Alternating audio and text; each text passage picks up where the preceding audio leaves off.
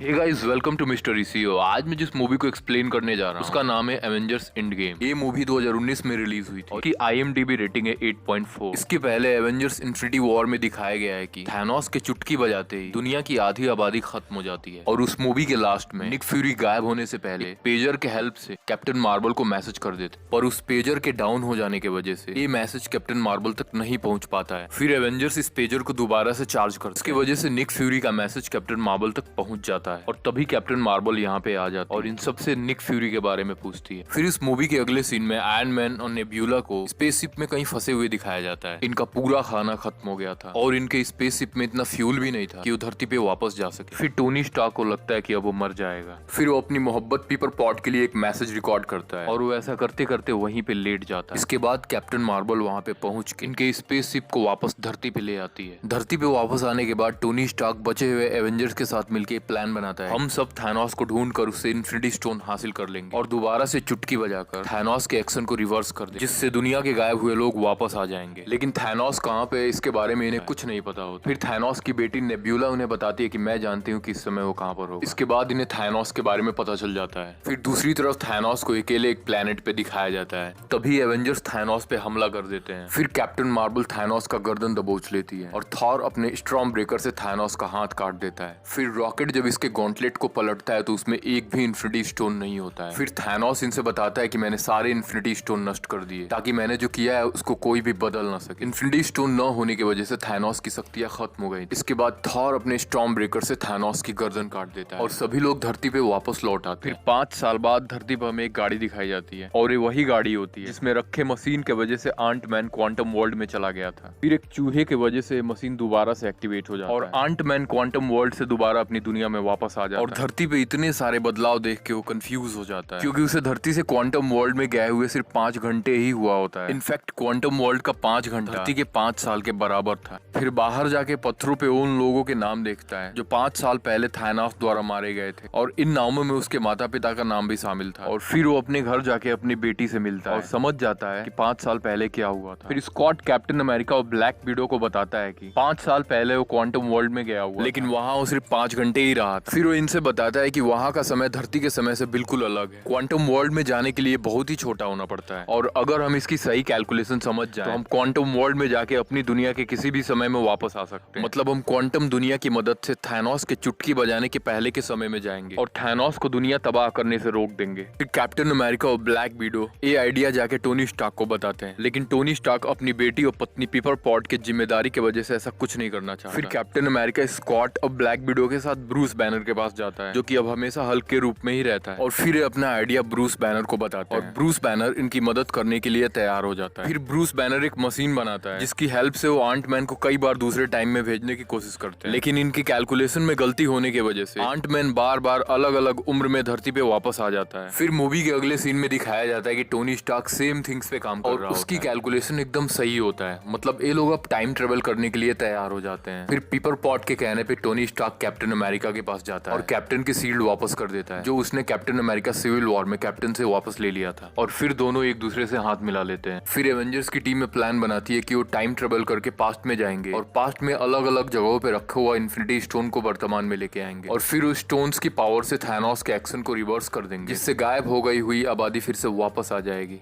इसके बाद Hulk, iron man, captain America और आंट मैन 2012 में न्यूयॉर्क सिटी में जाते हैं जहाँ पे उन्होंने इससे पहले एलियन आर्मी से जंग लड़ी थी। फिर सबसे पहले हल्क गुरु माँ के पास जाके उनसे टाइम स्टोन मांगता है। तब गुरु माँ कहती है कि सारे स्टोन को उसके सही जगह पे रहना जरूरी है, नहीं तो सृष्टि का संतुलन खराब हो जाएगा। फिर हल्क गुरु माँ से वादा करता है कि हमारा काम हो जाने के बाद हम सारे इन्फिनिटी स्टोन को उनकी सही जगह पे ले जाके रख देंगे। फिर हल्क से थोड़ी देर बात करने के बाद गुरु माँ समझ जाती है इन सब के पीछे डॉक्टर स्ट्रेंज का जरूर कोई ना कोई मकसद है और फिर वो टाइम स्टोन हल्क को दे देती है। इसके बाद आयरन मैन और आंट मैन स्पेस स्टोन लेने जाते हैं। ये वो समय होता है जब 2012 के एवेंजर्स ने एलियन आर्मी को हरा दिया था और थॉर टेसरेक्ट क्यूब और लोकी के साथ एसगार्ड जाने वाला था। फिर 2023 से आए हुए आयरन मैन और आंट मैन को स्पेस स्टोन बहुत ही आसानी से मिल जाता है, लेकिन तभी 2012 वाला हल्क आयरन मैन से टकरा जाता है और टेसरेक्ट क्यूब उसके बैग से निकल के लोकी के पास चला जाता है जिसको लोकी अपने हाथ में उठा के वहां से गायब हो जाता है। फिर दूसरी तरफ कैप्टन अमेरिका 2012 वाले कैप्टन से लड़ के सेप्टर यानी कि जिसमें माइंड स्टोन होता है उसको हासिल कर लेते हैं। फिर कैप्टन अमेरिका और आयरन मैन स्पेस स्टोन हासिल करने के लिए 1970 में जाते हैं और फिर इस टाइम में टोनी स्टार्क अपने पिता हावर्ड स्टार्क से मिलता है, क्योंकि 1970 के टाइम में स्पेस स्टोन की जिम्मेदारी हावर्ड स्टार्क को ही थी। और इसके बाद आयरन मैन स्पेस स्टोन लेके वहां से चला जाता है। दूसरी तरफ हमको दिखाया जाता है कि थॉर और रॉकेट 2013 के समय में एस्गार्ड पहुंचते हैं। 2013 के Thor the dark world movie में हमें दिखाया गया रियलिटी स्टोन ईथर के रूप में जेम फोस्टर के अंदर समा जाता है। इसके बाद थॉर यहाँ अपनी माँ से मिलता है और उसे अपना हथौड़ा भी मिल जाता है। फिर ये दोनों रियलिटी स्टोन लेके यहाँ से निकल जाते हैं। इसके बाद Black Widow, Hawkeye, Vormir soul stone लेने जाते हैं और फिर यहाँ का पहरेदार रेड स्कल इनसे कहता है सोल स्टोन लेने के लिए तुम में से किसी भी एक को अपनी सोल का दान करना, और इस बात से दोनों ही तैयार हो जाते हैं। लेकिन ब्लैक विडो अपनी जान दे देती है और फिर हॉकाई को सोल स्टोन मिल जाता है। फिर नेब्यूला और रोडी मुराग प्लेनेट पे पावर स्टोन लेने जाते हैं, जहाँ पे हमें दिखाया जाता है कि 2014 का पीटर क्विल यहाँ पे पावर स्टोन चुराने के लिए आता है। फिर रोडी उसको बेहोश कर देता है और नेब्यूला पावर स्टोन का ऑर्ब निकाल लेती है और फिर दोनों यहाँ से जाने की तैयारी करते हैं। रोडी पावर स्टोन लेके वहाँ से निकल जाता है, लेकिन नेब्यूला के सर में एक टाइप का दर्द शुरू हो जाता है, क्योंकि 2023 वाले नेब्यूला के ब्रेन में जितनी भी मेमोरी होती है वो 2014 के नेब्यूला के ब्रेन में कॉपी हो रही होती है। फिर थैनोस 2014 वाले नेब्यूला के ब्रेन को स्कैन करके पता लगा लेता है कि उसने फ्यूचर में सारे इन्फिनिटी स्टोन हासिल कर लिए थे और अपने मकसद में कामयाब भी हो गया था। लेकिन अब एवेंजर्स इन्फिनिटी स्टोन हासिल करके उसके एक्शन को रिवर्स करना चाहते हैं। फिर मूवी के अगले सीन में दिखाया जाता है कि 2014 वाली नेब्यूला भविष्य से आई हुई नेब्यूला को पकड़ लेती है और उससे टाइम ट्रेवल करने वाली मशीन और उसके ब्रेन से पिम पार्टिकल निकालकर थैनोस को दे देती है। फिर 2023 वाली नेब्यूला 2014 वाले घमोरा को कन्विंस करती है कि अगर हमने थैनोस को नहीं रोका तो भविष्य में सारे इन्फिनिटी स्टोन हासिल करके ब्रह्मांड के आधी आबादी को खत्म कर देगा, और फिर घमोरा उसका साथ देने के लिए तैयार हो जाती है। फिर दूसरी तरफ हमें दिखाया जाता है कि सारे एवेंजर्स इन्फिनिटी स्टोन लेके 2023 में पहुंच जाते हैं और इनके साथ 2014 वाली नेब्यूला भी आई होती है जिसको कोई भी पहचान नहीं पाता, और फिर सारे इन्फिनिटी स्टोन को आयरन मैन द्वारा बनाए गए एक गॉन्टलेट में फिट करते हैं। फिर थॉर इस गॉन्टलेट को पहनने के लिए कहता है और फिर हल्क इन सबसे बताता है कि इन इन्फिनिटी स्टोन से गामा रेडिएशन निकलता है और चूंकि मैं गामा रेडिएशन से ही बना हूँ इसीलिए इसे मुझे पहनना चाहिए। और फिर हल्क के बाद से सारे लोग कन्विंस हो जाते हैं और फिर हल्क गॉन्टलेट पहन के चुटकी बजाता है और उसके चुटकी बजाते इन्फिनिटी स्टोन के रेडिएशन की वजह से उसके बॉडी का दाहिना हिस्सा बुरी तरह जल जाता है। और तभी हॉकाई के फोन पे उसके पत्नी का फोन आता है जो थैनोस की वजह से 5 साल पहले गायब हो गई थी, जिससे प्रूव हो जाता है कि थैनोस का एक्शन अब रिवर्स हो चुका था। और तभी 2014 वाली नेब्यूला चुपके से टाइम मशीन के पोर्टल को ओपन कर देती है और फिर उस पोर्टल के अंदर से थैनोस का स्पेसशिप बाहर निकलता है और फिर थैनोस एवेंजर्स के इस अड्डे पे बहुत सारी मिसाइल फेंक कर इस पूरी जगह को तबाह कर देता है। और फिर 2014 वाली नेब्यूला थैनोस के पास जाती है और फिर थैनोस उसको ऑर्डर देता है कि तुम जाके सारे इन्फिनिटी स्टोन मेरे पास लेके आओ। इसके बाद सारे एवेंजर्स थैनोस के सामने आते हैं। फिर थैनोस इनको बताता है कि मैंने ब्रह्मांड की आधी आबादी को इसलिए खत्म किया ताकि बचे हुए लोग इस दुनिया के ज्यादा से ज्यादा रिसोर्सेज का यूज करके खूब तरक्की करें, लेकिन अब तुमने उन सारे 6 इन्फिनिटी स्टोन को इकट्ठा करके मेरी मदद की और इस बार मैं इस ब्रह्मांड से सब कुछ खत्म कर दूंगा और उन सारे इन्फिनिटी स्टोन की मदद से एक नई दुनिया बनाऊंगा जहाँ पे सब लोग मेरी पूजा करेंगे। और फिर थैनोस एवेंजर्स के बीच में एक भयंकर युद्ध शुरू हो जाता है, लेकिन थैनोस इन सबसे बहुत पावरफुल था और ये सारे एवेंजर्स एक साथ मिलकर भी थैनोस का सामना नहीं कर पा रहे थे। और फिर जब थैनोस थॉर को उसी के स्टॉर्म ब्रेकर से मारने वाला होता है तभी थैनोस को पीछे से थॉर का हथौड़ा आके लगता है जिसको कैप्टन अमेरिका ने चलाया था। ये सब देखकर थॉर कहता है कि मैं जानता था कि कैप्टन ऐसा कर सकता। फिर अगले सीन में दिखाया जाता है कि नेब्यूला को इन्फिनिटी स्टोन वाला गॉन्टलेट मिल चुका था और वो इसे थैनोस के पास ले जाने वाली होती है। तभी घमोरा और 2023 वाली नेब्यूला वहाँ पे आ जाती है। वो 2014 वाली नेब्यूला को समझाने की बहुत कोशिश करते हैं कि थैनोस हमारा दुश्मन, लेकिन 2014 वाली नेब्यूला मानने के लिए बिल्कुल तैयार नहीं, इसीलिए 2023 वाली नेब्यूला उसको मार देती है और फिर हॉकाई उस गॉन्टलेट को उठा लेता है। फिर थैनोस अपने स्पेसशिप से अपनी ब्लैक ऑर्डर आर्मी बुलाता है जो कि बहुत बड़ी होती है और इतनी बड़ी आर्मी से बचे हुए एवेंजर्स लड़ने के लिए तैयार नहीं। फिर वो सारे एवेंजर्स जो 5 साल पहले गायब हो गए थे धीरे धीरे करके अपीयर होना शुरू हो जाते हैं और फिर ये सब मिलकर ब्लैक पैंथर के आर्मी के साथ थैनोस की ब्लैक ऑर्डर आर्मी पर हमला कर देते हैं। और फिर हमको दिखाया जाता है कि स्पाइडरमैन इन्फिनिटी स्टोन वाला गॉन्टलेट थैनोस से दूर रखने की कोशिश कर रहा था और फिर थैनोस अपने स्पेसशिप से इन सब पर बहुत सारे मिसाइलों से हमला करवा देता है और इसके बाद एंट्री होती है कैप्टन मार्वल की जो कुछ ही क्षण में थैनोस के स्पेसशिप को तबाह कर देती है और उसके हजारों आर्मी को मार देती है। और इसके बाद वो इन्फिनिटी स्टोन वाला गॉन्टलेट लेके टाइम मशीन के पोर्टल में जाने लगती है और जैसे ही वो उस पोर्टल में घुसने वाली होती है थैनोस उस पोर्टल को बर्बाद कर देता है जिसकी वजह से कैप्टन मार्वल के हाथ से वो गॉन्टलेट छूट जाता है और फिर थैनोस उस गॉन्टलेट को लेके पहन लेता है और फिर जैसे ही वो चुटकी बजा के पूरे ब्रह्मांड को खत्म करने जाता है कैप्टन मार्वल आके उसका हाथ पकड़ लेती है, लेकिन थैनोस उस गॉन्टलेट से पावर स्टोन निकाल के कैप्टन मार्वल को एक पंच मारता है जिसकी वजह से कैप्टन मार्वल बहुत दूर जाके गिरती है। और फिर डॉक्टर स्ट्रेंज आयरन मैन को इशारा करते हैं कि ये वही पल है जिस पल में हम जीत सकते हैं और जैसे ही थैनोस चुटकी बजाने जाता है आयरन मैन थैनोस का गॉन्टलेट पकड़ लेता है और फिर थैनोस आयरन मैन को अपने से दूर फेंक देता है। इसके बाद थैनोस मैं हूँ अनहोनी कह के चुटकी बजाता है और इस बार थैनोस के चुटकी बजाने से कुछ नहीं होता है हैं, क्योंकि आयरन मैन जब थैनोस का गॉन्टलेट पकड़ा था तो उससे सारा इन्फिनिटी स्टोन अपने गॉन्टलेट में फिट कर लेता है। और इसके बाद टोनी स्टार्क मैं हूँ आयरन मैन कह के चुटकी बजाता है, और फिर आयरन मैन के चुटकी बजाते ही थैनोस के साथ साथ उसकी ब्लैक ऑर्डर आर्मी भी राख बन के हवा हो जाती है। पर इन स्टोन से निकलने वाले गामा रेडिएशन की वजह से आयरन मैन बहुत ही बुरी तरह जख्मी हो जाता है और कुछ पल बाद उसकी मौत हो जाती है। और इस तरह से आयरन मैन के बलिदान के वजह से पूरी मानवता बचा ली जाती है। और फिर कुछ समय बाद हमें दिखाया जाता है कि सभी सुपर हीरोज मिलकर आयरन मैन का फ्यूनरल करते हैं, और इधर थॉर वैल्करीज को एसगार्ड का हेड बना के खुद गार्डियंस ऑफ गैलेक्सी की टीम में शामिल हो जाता है। इसके बाद कैप्टन अमेरिका उन सारे इन्फिनिटी स्टोन को उनके सही जगह पे रखने के लिए पास्ट में चला जाता है, और अपना काम खत्म करने के बाद वो वापस 1945 में जाकर अपनी गर्लफ्रेंड के साथ बहुत लंबी जिंदगी जीता है। और जब सन 2023 में टाइम मशीन से बाहर निकलता है तो बूढ़ा हो गया होता है। और इसके बाद स्टीव रॉजर अपनी सील्ड फैल्कन को दे देता है, और फिर फैल्कन कैप्टन अमेरिका से वादा करता है कि वो आखिरी दम तक इस दुनिया की रक्षा करेगा। और इसी के साथ मूवी यहीं पे खत्म हो जाती है। देन हे गाइस, अगर तुम्हें वीडियो पसंद आए तो इसे लाइक करो, सब्सक्राइब करो मेरे चैनल को, और शेयर करो उन सारे दोस्तों के साथ जो मार्वल के दीवाने हैं।